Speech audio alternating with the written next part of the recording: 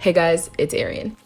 So as some of you may know, I recently moved and I moved into a studio apartment. In case I didn't mention that already, that studio is also relatively small. So one of the things that I knew going into this is that I wanted to save as much space as possible. That meant that I needed a Murphy bed. Finding one that met all of my qualifications felt impossible, and frankly took me months until I found this one. It was literally half the price of everything else I found and even took up less space.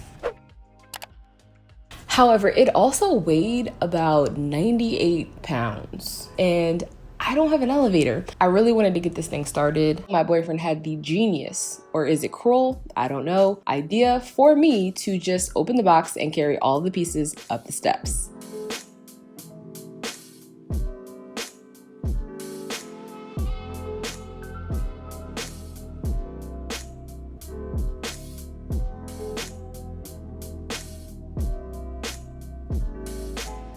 Okay.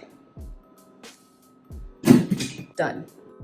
So I built that with the help of my coworker, who was not at all helpful. In fact, he took several naps during it. And while you can put this together by yourself, which is another thing that appealed to me to this specific bed, I did have the help of my partner, so thanks, Wood.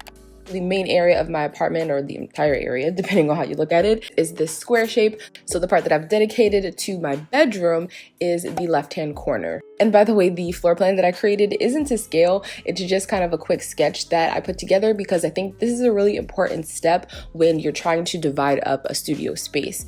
So if you follow me on Instagram, then you already know what my previous setup looked like before. And a lot of you actually really liked it. I did too. The problem is that I have a bad back. So I really needed to get my bed up off the floor, but also I literally meant I needed to get my bed off the floor. So that was a little preview to this video and you ain't even know it.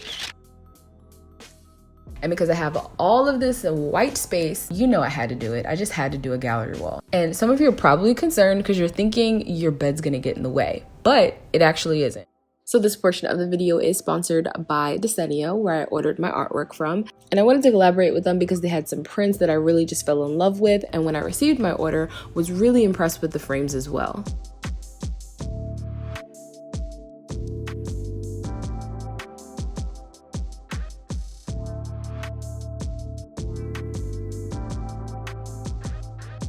Now, my goal for all of the quote-unquote rooms is actually for them to be convertible. And the bedroom in particular, I want to virtually disappear, so I'm keeping the color palette neutral.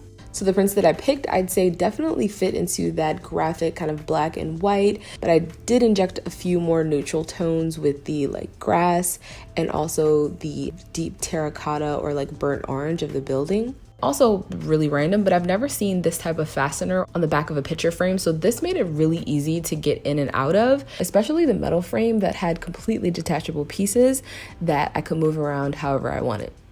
And I specifically chose all of these pieces because they all spoke to me on a different level, meaning something about them reinforced something that I wanted to be reminded of on a regular basis. As you guys probably guessed, I am a very visual person. So that means I need triggers that I see in order for me not to forget things, and not just pertaining to like to-do lists, but also just like in my life. Everything you bring into your home should both have form and function. So I'm using these prints in that way. I'm allowing the art to be beautiful and be appreciated, but also to have purpose. And since it's already visible in this shot, how about we move on to this lamp in the right-hand corner, which is probably my favorite DIY in this entire room. So I was really inspired by these clothing racks that I saw at West Elm, but not at all impressed with the price. And also, I don't need a clothing rack. So I used this as a guide to pick up all of my pieces at Home Depot. The only changes that I made were just getting shorter arms and legs.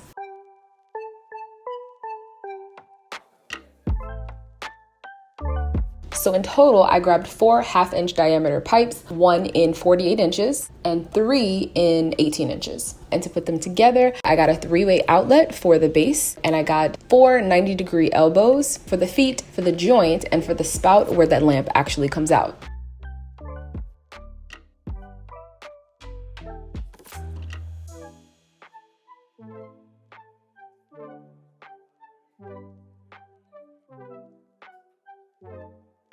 And although I'm just kind of normally assembling it, in all honesty, you actually want to take your cording, which I used I think it's called the Hema from IKEA, and I fed this through as I was actually assembling the lamp. And yes, you guys did see that correctly. You do want to cut off the switch and the plug that would actually make this lamp functional. But don't worry, we are gonna fix it. So once you are done feeding your cord through your pipes, all you want to do is strip the casing, and do be careful if you're just using scissors because they do sell a tool for this. I'm just not willing to buy it. And then I just bought a house plug because apparently people cut their wires off all the time and you can totally just DIY it. And I didn't show you guys how I wired it because it comes with instructions and your plug might be different to mine anyway. And also I did throw a little crazy glue gel onto this so that the pendant would sit into the pipe better. To be honest, I don't love having a bunch of lights on at night because it just feels like, I don't know, unnatural. I feel like when it's nighttime, then it should be dark, and when it's daytime, it should be, bright. But sometimes you need a little bit more light, but you don't want to turn on all of the overhead lights. So this is my solution because it gives just enough, and I really like the warmth and design of the bulb that is also from IKEA. And right next to that lamp, I decided that I definitely needed a bedside table. But again, I didn't want to go traditional. And actually, I follow Urban Outfitters Home and came across this picture. And it was at that moment that I knew I needed a cinder block shelf for 2 reasons. Because it was cost effective, and also because when I'm not using this as a nightstand, I actually needed a shelf for my plants to sit on when they need a little bit more light. However, I also went thrifting and I found these, which are actually cinder blocks, so my plants didn't really change, they just got a whole lot cuter. And to that, I just added some pine for literally the easiest DIY ever. And you could just leave it unfinished or you could stain it, but I decided to go for a whitewash. I just added some water to the paint, brushed it on, and then wiped it off. And basically this just allows you to see the grain still coming through depending on how many coats you do, of course. So it has more character rather than just looking like a plain white board. And then for the final and most annoying step, I had to do something with the bed because obviously we can't just leave it like this. And if you guys are familiar with Murphy beds, they usually are concealed in like a closet, or they basically are built into furniture that hides the fact that it's a bed at all. However, do you remember that elevator situation? Yeah, wasn't doing that. So my original plan was actually to do something along those lines, but just create my own cabinet from the PAX wardrobe system from IKEA. However, after going to IKEA and literally seeing them in person and knowing that the height of my bed with the frame is like literally 7.5 feet, I just knew that was gonna be a lot. So I scratched that idea, and then I also went to a concept that involved this like Lego wall that allows you to build or configure whatever type of structure that you want, because you can use these Legos to literally make anything. You can even make full-on furniture.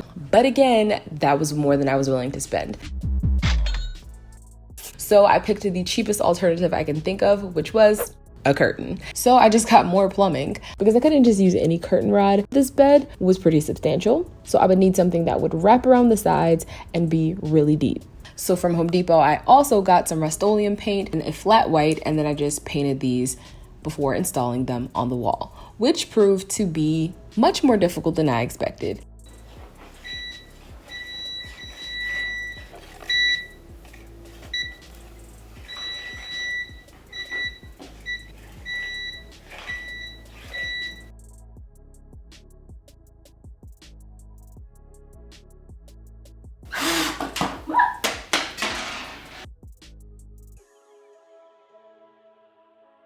Just buy the damn laser pointer. It's worth it.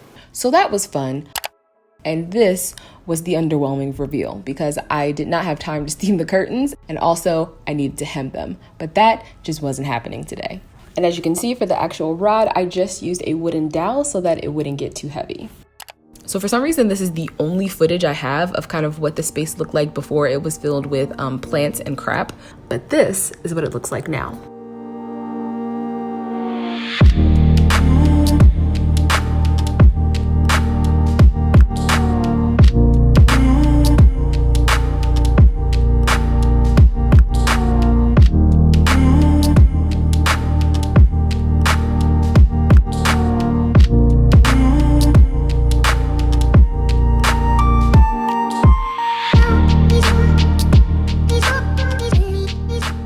final touches, I got my dream mirror that I have been dying for from Anthropologie because it went on sale. I got my bedding from a combination of Target, Urban Outfitters, and H&M, and also sprinkled in a little more DIY with this throw pillow, but I wasn't entirely happy with it. So if you guys want to see how I updated, then just put a cloud emoji in the comment section. If you like this video, please do give it a thumbs up, and don't forget to subscribe because I have a lot more transformations to make in this apartment. And I apologize guys, I don't have a wide angle lens, which is why I don't have a farther back shot. So if you guys want to see like the bigger picture, make sure you go follow me on Instagram to see those photos. I'll see you in the next one. Bye.